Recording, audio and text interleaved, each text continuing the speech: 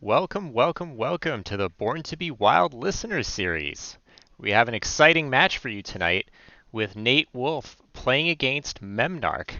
And here casting this game with me is none other than the esteemed High Wild Legend player who is a legend in his own right, NHLFan, or otherwise known as NHLNJ or Marty B. I find it suspicious that you have many pseudonyms, NHL. So I'm You just going to know, go with NHL just to keep it simple. go with what you want. There's all different kinds. I did it to appease a few people, make things easier, and it's worked out. But I'm too lazy to change things in game, so let the confusion continue. How you Conch, doing? I'm doing well, and contrary to popular belief, your real name is not Marty B. Just No, yeah, no. all right. Just setting the record straight before we get into it. We have to establish some trust to get our viewers on the level.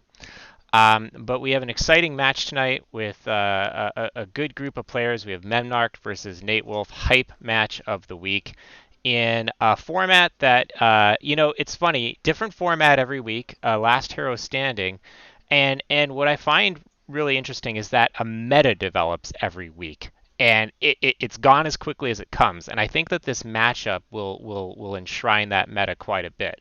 But before we get into the particulars, just a quick note on season two. It is the last hero standing format, which differs from the more well-known conquest format. Both players start by choosing 3 decks. You may only have one class each, so 3 different classes total. Actually, you bring 4 and ban 1. You choose a deck to start with, which is hidden from the opponent, and any deck that is defeated is eliminated. The next deck is then chosen, but the victor keeps using the same deck until the opponent's decks have all run out. So it's kind of really snowbally. So if you've got a really good strat, a good deck, you want to lean into that advantage and kind of let that ride. This week's rules, Big Papa. I'll admit I had some trouble with this one. Decks must contain at least 15 minions, pretty standard week by week. All minions cost at least 5 mana, so no 1, 2, 3, 4, or 0 drops. And all spells must be odd. Even costed spells are banned, but you are allowed weapons and heroes. Now, I should note that Shiawasena is not Big Papa this week, but maybe Nate or Memnarch will be. That remains to be seen. Yeah, shout out Shia. Unfortunate you can't be the big papa, but we're hoping that you can find something else to fit yourself into next time. Just not the big papa. That ship has sailed, friend. All right, let's talk a little bit about the decks that these players have brought, because I think that even though they brought the same 3 classes, some interesting choices that warrant mention. So let's start with Nate Wolfe. So Memnarch opted to ban Nate's Mage, so we're not going to talk about that. But Nate has a Warlock, a Hunter, and a Druid deck. So NHL, why don't we talk a little bit about the Warlock deck first and some of the strategies that you foresee presenting itself when we queue with Nate's Warlock. Yeah, so just looking at this, there's only 4 cards that are under 5 mana in this, which means we are high rolling and we are high rolling hard. I see 2 cards that do this for us. The first is Deck of Chaos, which was recently buffed. Now, it being 5 mana, we can run it in this format, and it allows for a ton of mana cheating for high mana, low attack minions. As we see down the list, that is pretty much all of Nate's deck. It's just high mana, low attack minions. We swap those around, and then we're cheating a ton of mana, getting big minions out, and opponents just get overwhelmed. Uh, on top of that, we have Skull of the Minari. This Classic. card, we know, sends a demon out from hand every single turn at the start of turn. Okay, we can easily see with all the big demons how this can get out of hand really fast. Tons of mana cheating there. Nate is hoping to high roll with those two. Outside of those, he does have some safeties though. Possessed Lackey is another minion that can help cheat something out. 6 mana 2/2, Death Rattle, recruit a demon. As we know, all the demons are big boys, so they're going to pack a punch. The other card is Shadow Council. Okay, Shadow Council will help if Nate misses. If he doesn't get his high roll cards, he can easily play that, curve out with even more demons, and try to get to the late game where he can start dropping those bombs. Now, in the late game, when he gets to those grinder parts, okay, when they're just grinding each other out, minion for minion are trading, and nothing seems to stick, Nate has bombs. Okay, we see N'Zoth, God of the Deep, recently buffed. Now showing up in this deck, we have a few different demons. There's a dragon, we have a beast and Darkmoon Rabbit, and even a Scrapyard Colossus. A favorite of mine. Next, for sure. Next up, Blood Reaver Gul'dan. We all know this. This gets a ton of play in Wild. Speaks for itself. Then finally, N'Zoth the Corruptor. Usually played alongside Gul'dan. Plenty of death rattles here. It's going to pack a punch too. And it's worth mentioning that Darkmoon Rabbit is not a meme once Deck of Chaos hits the board, making that a very, very scary threat. So that's going to be an interesting matchup. The Hunter is really spicy. A Death Rattle Hunter, not running Jewel of N'Zoth, obviously, because that card is banned, but following a similar play pattern by, playing big Death Rattles from a select pool. That will enable cards like 9 Lives and Play Dead to get full value. Notably from the Sylvanas, again, Scrapyard Colossus sees play in the mix for its scary Death Rattle and N'Zoth to bring them back. But there's some other cool tricks in this Hunter deck with some of the Beast synergy with Katarina. And, of course, this also features the new N'Zoth, or N'Zoth, as I hear people calling it, to help empower that gameplay as well. I'm sure you have some other thoughts on this deck, NHL, so please, by all means, fill in any gaps I might have left out. Yeah, well, when Nate was testing this, he found that his most powerful card was Sylvanas Windrunner and its Death Rattle effect. So there's a ton of ways to tutor that out and really take advantage of it. We have tracking. We have Maxima Blassenheimer. We have Flarksboom Zuka. These are going to get Sylvanas into the Death Rattle pool so that 9 Lives can be played, Play Dead can be active, post 9 Lives, and more. Now, we know this deck is legit because I was the test subject that was tested on, and I actually could not beat it with my lineup. So when I saw that my opponent this week did not have a similar deck, I breathed a sigh of relief. This is definitely one to watch. Moving on to the Druid, at first glance, this looks like your typical taunt Druid that you might have seen on Wild Ladder on occasion, but a little bit spicier because it features a mini menagerie package with the Curator to give it some additional card draw and resource refill, and also another deck featuring N'Zoth. So we've got a triple N'Zoth lineup here, which is pretty cool. So some continuity between the decks. But this, of course, has some other tricks as well, with some nice ramp, some tools to survive the early game with Ferocious Howl. We've got strength in numbers to cheat out extra cards, extra big minions rather, and finally, we've got some really scary value bombs. Again, Scrapyard, Ysera Unleashed, and Hadronox, of course, with the Naturalize to pull out the taunt minions that got killed. I don't know if you have anything to add with this one. I actually didn't see this one played in testing, so maybe there's some items that I've missed. You hit all the points. This is a powerful curve deck with just a ton of bombs. You're not really mana cheating as much as the aforementioned Warlock, but you're ramping hard and you're getting those big minions out early regardless. Think of it as a much more consistent and less high rolly Warlock. Wonderful. So, no slouch here. Nate's got a pretty stacked lineup. Let's have a look at Memnarch for a moment, see what he brought. He brought the same 3 classes. Nate opted to ban the odd class out, which was an odd paladin.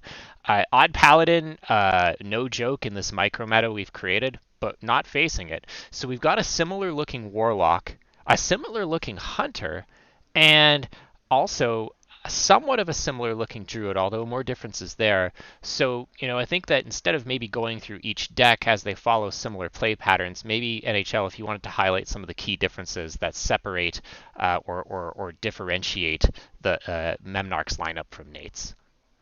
Of course. So looking at the Warlock, okay, there's a few key differences. One, notice the lower curve. Memnarch plays Mortal Coil, Plague of Flames, Sinister Deal, all that early removal. Okay. He's anticipating more aggressive stuff from his opponents. As we can see, he's going for the Carnivorous Cube route. So he's going to be playing minions, cubing them, and making more. That is how he expects to cheat mana and win the match. On the top end, he still has Blood Reaver Gul'dan and N'Zoth the Corruptor. It's all the same at the top, except for the Archivist Elysianer. This looks like a fatigue tech, so that he can tap freely and not worry about losing all his cards first. Looking at the Hunter, again, another defensive deck. We have Animal Companion, Desert Spear, Demon Companion, even Carrion Studies to get Death Rattles out sooner.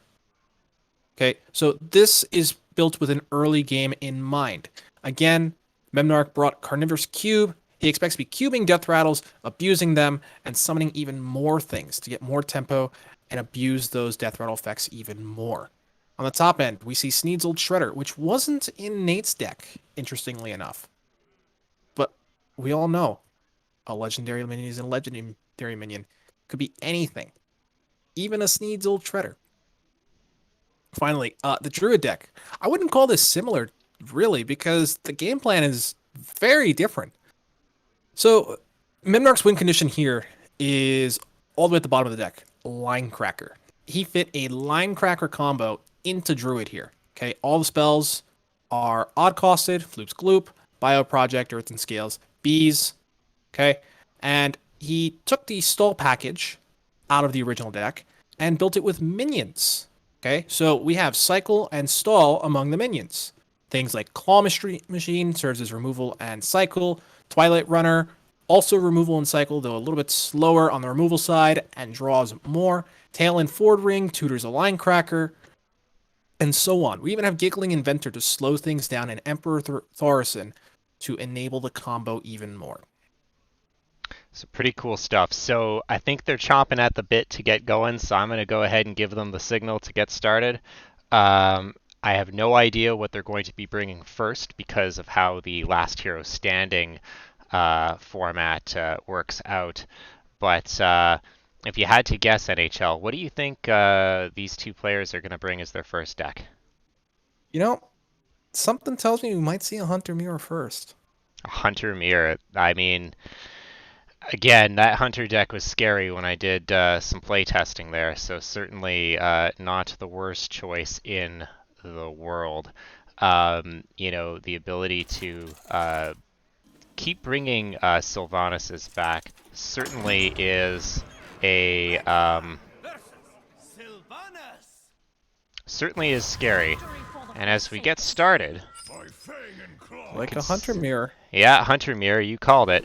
So keeping the secret plan in the mulligan for Nate, Memnarch is still selecting his cards, and unless he mulliganed already, no, opting to keep the cube. So a little bit of a greedier keep, but got rewarded with the Demon Companion. So Nate opts to start with a secret plan over tracking and opts for the dart trap. Something to keep in mind. This is open deck list, so both players know exactly what is in each other's decks, and they can play around that accordingly. Yeah, I guess Nate doesn't necessarily need to go digging for his answers just yet with the tracking, insofar as that, the decks do typically develop a little bit more slowly in this format. But Memnarch's deck, particularly this one, does have some early threats like the Demon Companion and the Desert Spear. So, we'll see if that pays off by opting to take the secret and getting an easy 5 damage there from the hero power.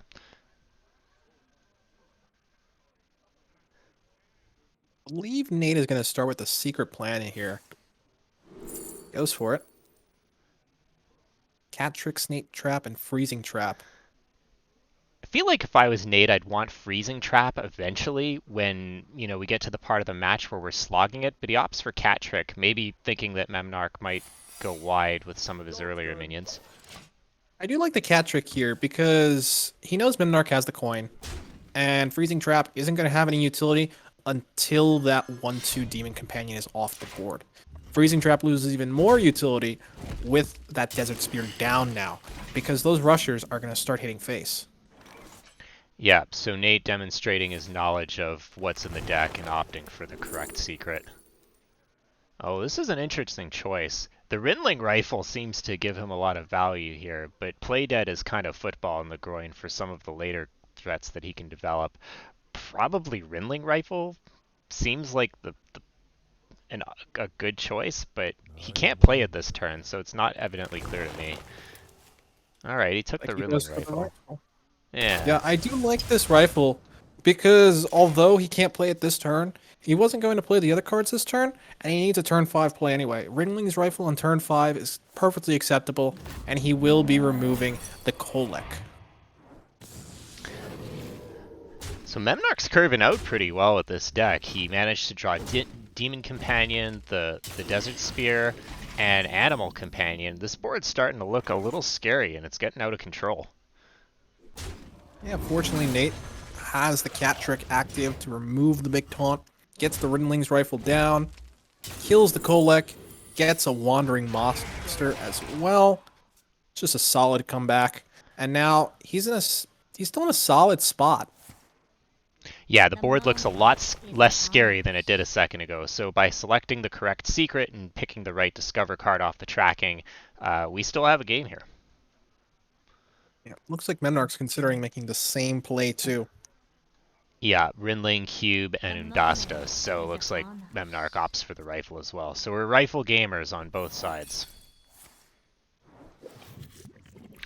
Not a bad pull off the Wandering Monster, a 4/3 statted minion with a battle cry, so effectively a vanilla.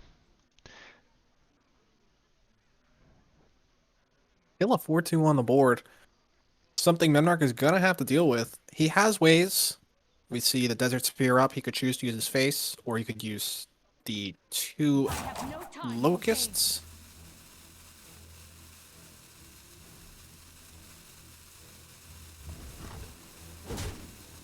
And he chooses to go with the Locusts, saving that 4 health. Getting maximum value out of the spear for equipping the rifle. So, and here we get the Barak Kotobane, or Barak Kotobama, as is more well known, off the top, which is a nice draw engine in this deck. Yeah, it's a guaranteed draw 2. We don't have any 2-cost spells because of the nature of the format. Only odd cost of spells allowed, but still pretty solid. Yeah. We drew Play Dead and 9 Lives, which are very scary cards in Nate's deck, but he hasn't managed to get a Death Rattle that he'd want to target the Play Deads with, or to bring back with the 9 Lives. So kind of a bit of a clunker of a hand, but he will be able to get up a minion next turn by curving out the Dark Moon Tonk. Tonk being a pretty scary minion.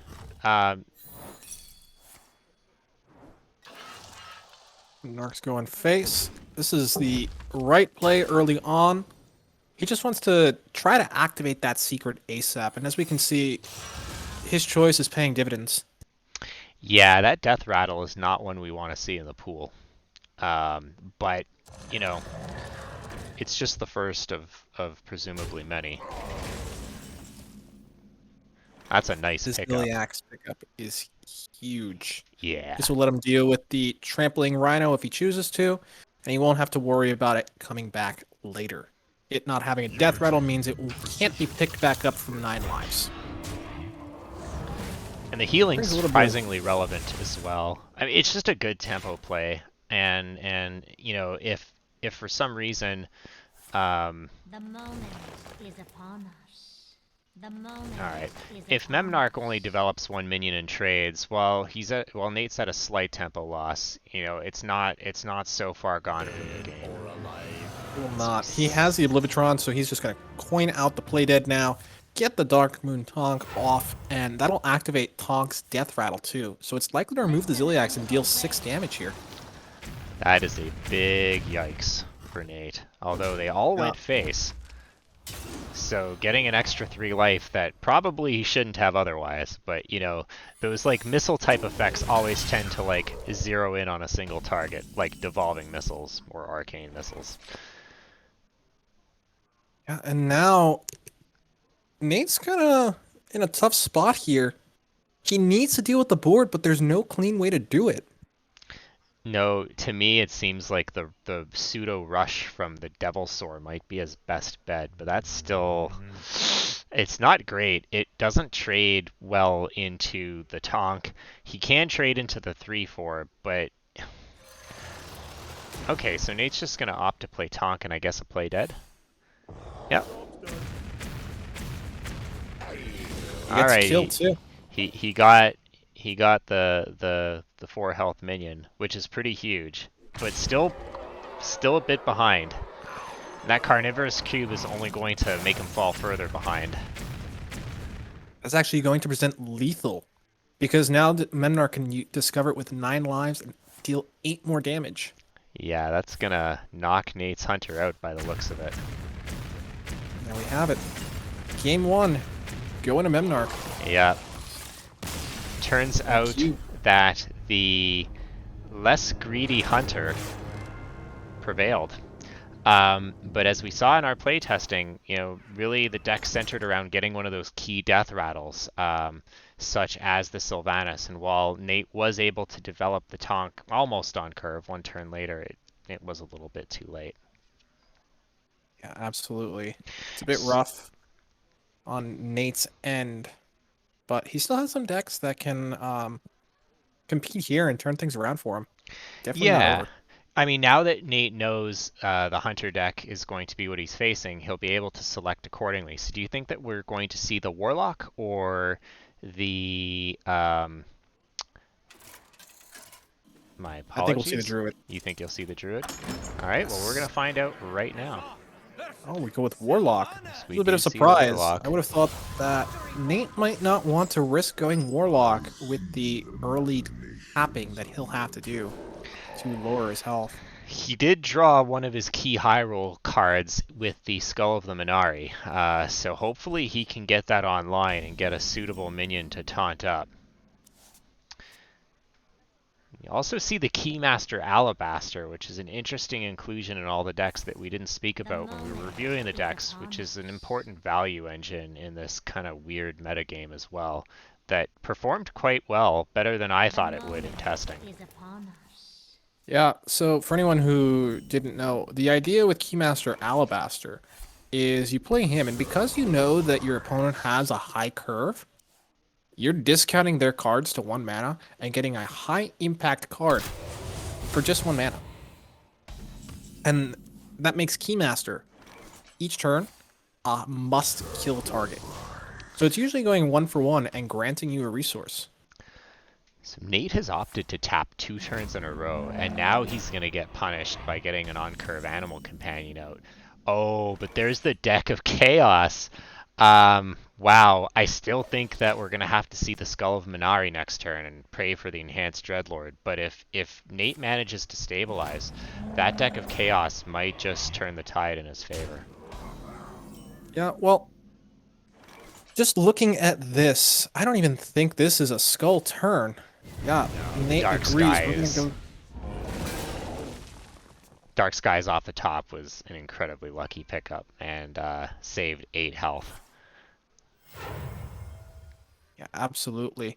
It does hurt to miss a turn on the mana cheating, but it's just better at this point to get it out and not worry so much. Yes, and I think that Nate really wants to pull that Enhanced Dreadlord and not the Betrug off the Skull. Because this is a pretty scary board that's being developed right now. Memnarch getting the Oblivitron for the 2nd game in a row, and Octosari. That is a spicy one. Yeah, But we did get the enhanced Dreadlord out, which is good, and Nate's going to opt to kill the Octosari with the Siphon Soul, so Memnarch is going to draw 8, and that's going to be a little bit of overdrawing for him as well. I don't think Memnarch cares, though. He's just filling up his hand, gives him plenty of options now. Loses the Katharina and the Demon Companion. Carrying Studies as well, but 2 of those 3 cards probably didn't matter. No, I mean, in having a full hand, especially with the Blutrane out, is... I mean, that's how he lost the last game. Through the Oblivitron and Tonk Death Rattles, and it's looking like that's going to be a game plan that we see repeated here by Memnarch once more. Memnarch is likely looking for a way to get lethal now. Seems to be a ways off. Let none survive. But certainly in a very comfortable position. Looking at Nate... He has 16 damage. Actually, this is lethal. This is guaranteed lethal. I don't know if Memnarch sees it. He can go 9 lives, pull the Darkmoon Tonk, and then play dead. Looks like he missed it here. So, fortunate for Nate Wolfe, he'll get 1 more turn. But what's Nate gonna do in that turn? He can try to get another taunt with the Willow. Get a Rusher. Oh, Yeah. or and just that Rusher is huge. or just get a huge taunt minion right off the top. What a draw! Yeah, and he's going to cheat out even more here. This is pretty sweet. Who needs Deck of Chaos when you've got Skull and Willow? That's quite the card. And going wide like this is going to be really helpful to try to mitigate some of that Tonk Death Rattle damage if Memnarch opts to go all in. Absolutely. This N'Zoth is also going to be doing work too now, because we have 3 Death Rattles in the pool. Or Yeah. 3 beefy Death Rattles, I should say. With another Siphon Soul, a little bit of healing, we could possibly see the enhanced Dreadlord come back, although it will be in taunt form and not lifesteal form. But that hero power gonna do work. But of course, Nate could really swarm and start pushing some serious damage as well. So this is interesting. Yeah, Memnarch is really going to regret missing that lethal last turn, because Nate is back in this. Yeah, Willow, a fantastic card. Ignored when it first came out, buffed to 8 mana, and now a staple in control Warlocks. Go. Oh, wow. Speaking of going wide, yeah. So many taunts in the way. And Nate's just going to get another Rusher here. That is wow. huge. He'll be able to play the Mal'Ganis off second the top. Mal'Ganis. And he'll He'll be clean able to play the house. second. Yeah. This will clear. Does this actually present lethal? 5, 10. 29. He is 1 off of lethal. Oh my goodness. So he's going to have to do some trades. Yeah, it's unfortunate. But it must be done. So now Nate's figuring out the best way he can take out some of these scary threats.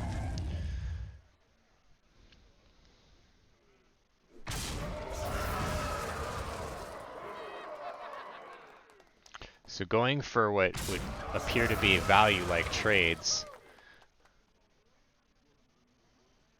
The idea being to keep as many minions on the board, I suppose, as he has taunts, which makes good sense. And then he can push 10 face. That's probably what I would do, correct or otherwise.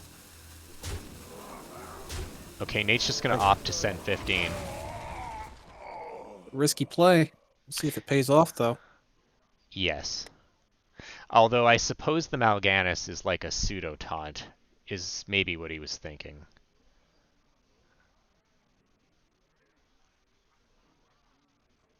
It does help, but I also like protecting the Mal'Ganis personally, because we know that we're going to drop N'Zoth next turn, and we have it online. We're going to get a ton of value off of that. Yeah, this is like, you know, If the rotted zombie was here right now, he'd be very pleased with the state of this Warlock deck. This is Warlock the way that I remember it was played years ago. Maybe not this greedy, but close in terms of theme, if not substance. As far as I'm concerned, Rotted is a greed lord. I'm sure all of you remember him on the broadcast last week, and he loves his Warlock greed. You know what he did to me today, actually? Just an hour before the show? What did he do? He said, I got another idea to present you. And he sent me the grindiest, greediest Reno Taunt Druid I have seen. Listen and obey. So 2 Tonks get procced, but because of Mal'Ganis, all that damage was mitigated. But this is a scary board. Nate's gonna have to rock the N'Zoth here. I don't see any other play that will keep him in the game. Shadow Council. Yeah, Shadow Council not gonna do it. The Rabbit not gonna do it. He has to rip it, and Nate obviously obliges. So the good news is these Void Lords have a lot to chew through. Yep. And these are going to be awkward trades from Memnarch's side. As we can see, he's thinking about sending the taunt and killing it off, so he can get those awkward trades a little less awkward, potentially. Maybe somehow kill the lifesteal with the missile damage. It's going to be tough to do that, though, because he doesn't really have any way to kill his taunts off. No.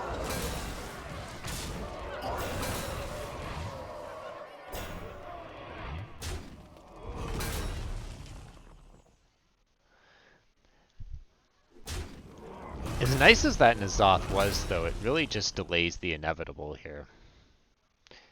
That rampaging Rhino is gonna do a little bit of damage as well, with the hero power putting Nate at a minimum on a 2-turn clock. Yeah, and now for Nate, it's just win or bust. So how does Nate win? He needs to find 5 damage. I don't think his deck has 5 damage. I don't either. He can maybe get he's gonna have to play Shadow Council and hope to get a charge. Are there any Doomguard? Yes, Doomguard. Doomguard is the out. Let's see if he sees it. A mistake. Memnarch coming in with the BM. Oops.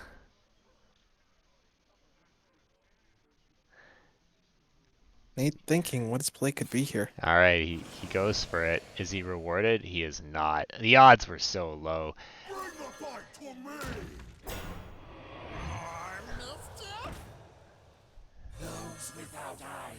There were ways where he could get the damage too. How so? If he gets the demon that is a 3-mana 3/4 battle cry, give a friendly demon +3 attack and lifesteal. Yep, the Minari Mosher. That's true. Yes. Minari Mosher. Maybe you can get there. Unfortunately, this is going to be a scoop for the Warlock, although a valiant effort. And, Nate found his outs that he needed to play, just he didn't get rewarded for it. But the Memnarch's Hunter going 2-0 now. Are we going to see the sweep? And I mean, just for the sake of showmanship, I'm hoping that's not the case. But Memnarch's Hunter deck is certainly proving consistent.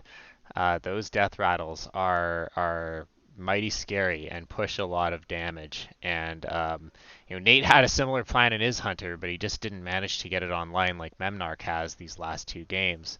So we're gonna see out of Nate now his final deck, the Druid, the interesting Menagerie Taunt Druid variant, which hopefully will be able to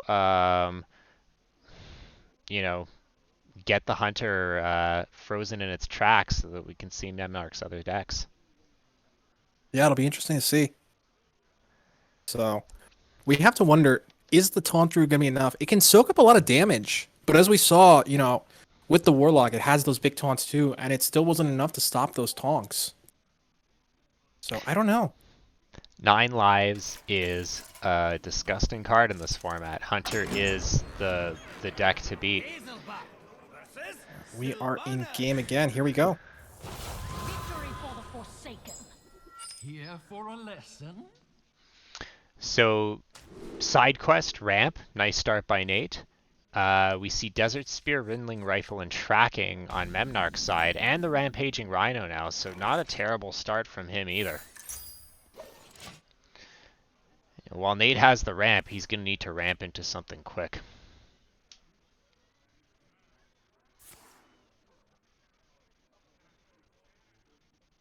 The Studies was a pretty interesting inclusion, and it does allow Memnarch to curve out a little bit more evenly.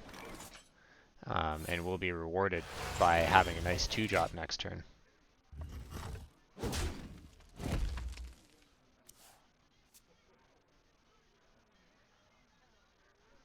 Yeah, that Spider Bomb is nice, but it's really not something you want to use in the early game.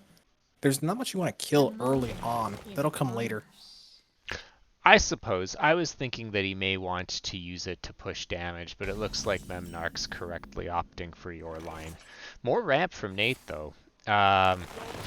Looking to get that Fizzy Elemental online as soon as possible, I would imagine, but playing Biology Project would be a double-edged sword here because it will enable Memnarch's rather nice-looking curve, which will be really scary for the Druid to deal with.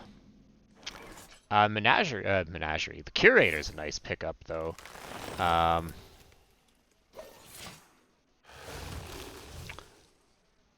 And we do see the Biology Project, so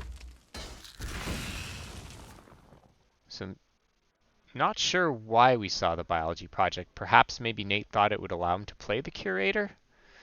Or hoping to get the Fizzy Elemental online a little bit quicker.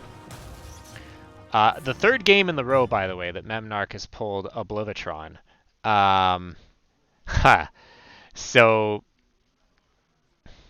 getting a little lucky there, but not getting the Tonk.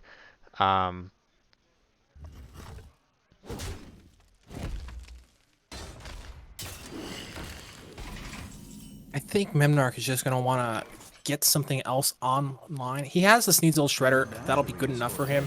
Right. I feel. Nate just drawing cards here. He'll get 2 guaranteed. Those are some nice pickups. We've got Alex, sorry, not Alex Strasny, Sarah, and the Keymaster. Oh, but there's the Sylvanas. Now, for anyone wondering, that Sylvanas is pretty much your cheat code in winning games. Yeah, I think Memnarch's not snap picking it as a deliberate choice just to not let on that he got... Oh, he took the play dead. Okay. I don't mind the play dead here because he has a Spider Bomb. Yeah, It I just magnetizes assumed he'd grab the Sylvanas. I guess he really was thinking on it. Wanting to proc those death rattles and get some extra value. Yeah, I'm surprised he didn't go for the play dead play here. Just make a wide board. But I can understand, trying to greet it so that he doesn't have to worry about the later minions coming down. Now, he didn't know that Nate could trade like this. He couldn't predict the Fizzy Elemental. Yes. But had he just dropped a single minion, then it would have been much worse for Nate. Still, this deck has, Memnarch's deck has really enabled him to really go wide and put overwhelming pressure on Nate every single game. And that's been proving to be Nate's Achilles heel. Although this Grey Burrow getting some excellent value. Eating up the Death Rattle earlier, now taking even more damage. So do we see the play dead here to activate the Tonk to try and deal with the Grey Burrow? Or he's just going to straight up trade? Fair enough. Yeah, I think he's just going to save up. Hold that play dead a little bit longer. Get some more value out of it. There's not a lot of value in this Hadronox here, but he might just have to play it. Right. Making Memnarch draw 2 feels pretty bad in this situation, though. This is okay, though, because we're going to get 2 Grey Bows, and we're going to get a 10-10 rush to clean things up. The Venom Strike trap sucks for Nate, but it's okay. We're getting rid of a taunt, and that's pretty important. And it didn't kill anything. Yes. The board will clean this up nicely, but again, you know, I think that the Hadronox was probably the best play because it allows Nate to contest the board. I think the trouble that we'll have here now is that there's going to be a lot of resources that Memnarch can answer with that Nate won't be able to contend with. Nate could try to play the Witching Hour to get the Hadronox back. Doesn't really have a way to proc it like he did with that Naturalize. Ysera Unleashed is always nice to get online. It feels pretty low tempo, as does the Keymaster Alabaster. So it'll be interesting to see what Nate opts for. At 10 mana, Nate can play the Witching Hour and the Keymaster. I have no time for games. I have no time for games. And there's Sylvanas and the play dead. And obey. Now, this is going to be a big problem. That is backbreaking. And now Nate is facing lethal, but that N'Zoth Zoth off the top. is exactly what he needed. That's going to keep him alive a little bit longer. Just have to hope that the Sylvanas doesn't steal the Hadronox. Nate trying to stave off being swept, but with a poisonous minion and the Sylvanas, it's going to be tough. Not impossible. But definitely tough. Especially with the Sylvanas down on board now. And there's a Crush in hand as well as a Beastmaster Lyrox. So that'll get the Trampling Rhino out as well for Memnarch.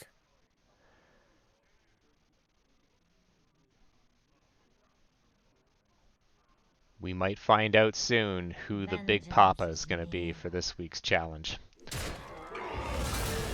There's one trade. 2.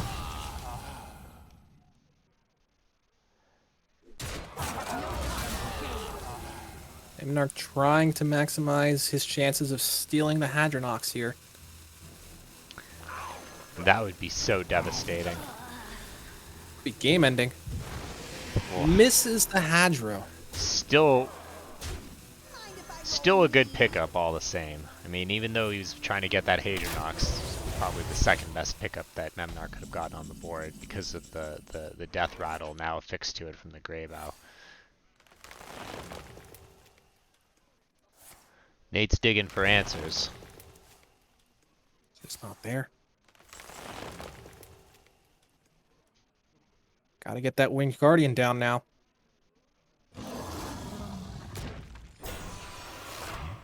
Can't even kill the Hadronox. I mean, I struggle to see how this game goes past this turn.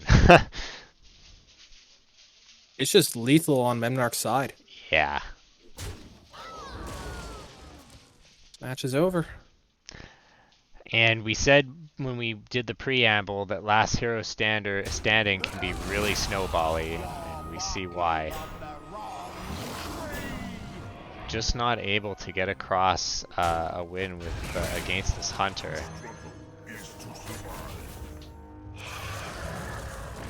And there we have it. The big rushy, chargy beasts will close it out. For a clean 3-0 for Memnarch. Really good deck building, and it really came through here. So, Memnarch takes this 3-0, gets anointed with the coveted Born to be Wild Listener Series crown. Nate, unfortunately, putting up a valiant effort with his Warlock, tried to make a game of it, but unfortunately coming up a little bit short. I'm going to ping them and see if they want to chat about their experience and chat here a little bit. While I do that, if you have any thoughts about the match, NHL, please feel free to share. Yeah, so the thing with this week, I think we've seen, um, it's just been really difficult, beyond the few decks that just to make them and have them compete with each other. As we've seen, the Paladin, was a ban, and it was very difficult to face. You know, So Nate's going just to join seeing that it us. was perfect. My But the thing is, it was apologies. it was a sweep deck, so it had to go away. As we saw with the Hunter, that was another sweep deck. Okay, there were other sweep decks that I found with other people. One of the more popular or one of the lesser known ones was Celestial Alignment Druid, where you just drop a bunch of 8/8s after playing Celestial Alignment, and then opponents didn't really have an answer because all the odd costed spells outside of Brawl and Mass Hysteria and a few other priest ones, like Plague of Death and Psychic Scream, didn't really full clear. So there was no way for opponents to deal with a board of menacing 8/8s. He was like Naga Warlock all over again, That's what but I'm even going to more try to consistent. do in my match. So NHL, I'm going to hang up here. I'm going to call back from the other chat so we can get Memnarch and Nate in here so we can quiz them on their experience. So stand by. Perfect.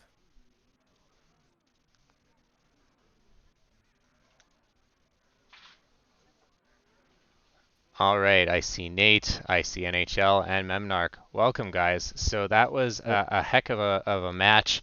But Nate, looks like Memnarch's prediction was correct, and we saw a devastating sweep. How was That that was for a you guys? slugfest. GG's, man. That was Yeah. great. That was great. I feel like I got really lucky. I had a Blutrane all 3 games, like on curve. Like that usually doesn't happen. I was digging for my Sylvanas, like Yeah. when we did playtesting and stuff, like Mhm. Sylvanas like carried these games. And I was sitting here like digging for mine. Nope, nope, nope. And so in the last game when I saw yours come down, I was like, rip. Mhm. It's GG's. Those were so good. Yeah. So when we play tested this deck, Nate, I couldn't beat it because you got Sylvanas every single game on curb, much like how Memnarch got Oblivitron. So you might say that this was a little bit of poetic justice. Mhm. Not that The- I would ever root against anyone and be biased. Mhm. No, this is great. That was a lot of fun. Mhm. I hadn't even considered running Oblivitron. I thought about Beastmaster Mhm. and tinkered with it and ended up deciding not to bring it. Uh, and it clearly worked very well. So Mhm. I think Cube was the best card you could have possibly brought in this format. Like, yeah, Cube worked out very well as well. Mhm. Yeah, I want to say the way Nate built his decks, I wouldn't say they're built with Cube in mind. I Mhm. don't think you want to run Cube in something with Maximum Blast and Heimer and Flark's Boomzuka. Oh So yeah, there's yeah. other ways of building without Cube. They're just other Mhm. cards instead, where you're going for the Death Rattle high roll rather than the Tempo Bomb with Cube. Yeah. Yeah, It did really feel like Hunter and Paladin as well, although that got the ban. In this mini Mhm. meta, those certainly appear to be the decks to beat. I mean, I missed Hunter when I built my lineup. We play tested Nate. I had already submitted at that point, and I was kicking hmm myself. And like I mentioned earlier in the broadcast, I breathed a big sigh of relief when my opponent this week did not opt to bring Hunter because I didn't want to be put in the position that you were put in, where you'd have to choose between the Hunter or the Paladin to ban because both yeah. feel like bad Mhm. to leave the other one in. The aggro was so strong. Like these decks are so slow Mhm. that because I play tested against Ben, who brought an odd paladin, and it hadn't occurred to me to bring it, and like it's just so susceptible to aggro that I was like, if I don't ban this, I'm gonna get steamrolled by the aggro. Mhm. But if I do ban it, then I gotta face like these mirror matches. In some regards, I saw your line cracker, and I was like, oh boy, there's. I Dude, mean, that line cracker was actually a work of art. Like, I yeah, got it that to was work. pretty good. Like, I knew Linecracker could beat anything but that hunter because of the charge and the big stuff. Mm-hmm. So I just figured I'd queue my hunter first, see if you queued your hunter, and go from there. And yeah, that was my logic on the queue order. Because if I beat your hunter with either my warlock or my hunter, Blind Cracker would have just Yep. gone there. I have to give you kudos, Memnarch. Building a Linecracker deck with a 15 minion minimum restriction is a feat of strength. That took some cojones to do. I'm disappointed we didn't get to see it because like I am too. I was talking about like bees management. Like how do you get bees off if you've got a board full of guys that you can't trade off? So, but it didn't matter because the hunter just carried. I am curious. So we understand why Nate banned the paladin, the aggro. The lineup was really susceptible to the aggro. You opted to ban the mage. So curious what your thought process was around that ban. I thought that it would come down to my Linecracker getting through. The mage is the best in Linecracker because he could blank my turns very easily with it. Like, if I remember correctly, it ran the secrets, a potion of poly, and a devolving missiles. Yes. Yeah.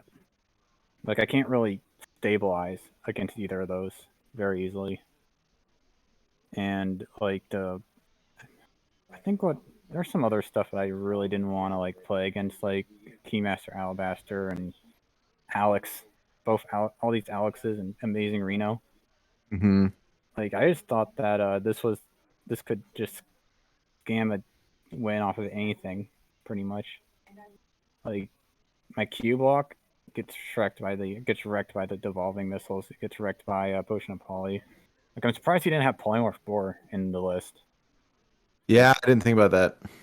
I Is had a that mage a list. even cost spell? It's not No, permitted. it's 3 mana. It's 3 mana? Okay. Yeah, that would I have had been a good one. since I was thinking like cube lists would be popular, I had actually thought about a mage list that had 2 devolving missiles, 2 potions of polymorph boar, and 2 potions of poly.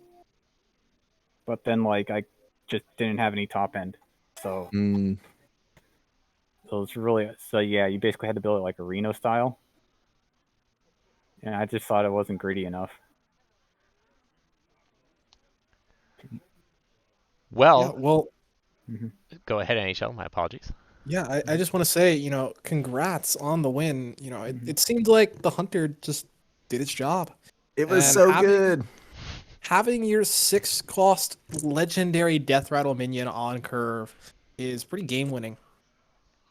Nate didn't get that, so I was one damage off lethal, I think, when I scammed Mal'Ganis off of Yes. Yeah. and I'm sitting here counting, and I was at like 29, I think. I was like, nope, I can't do it. Like, it's just not enough.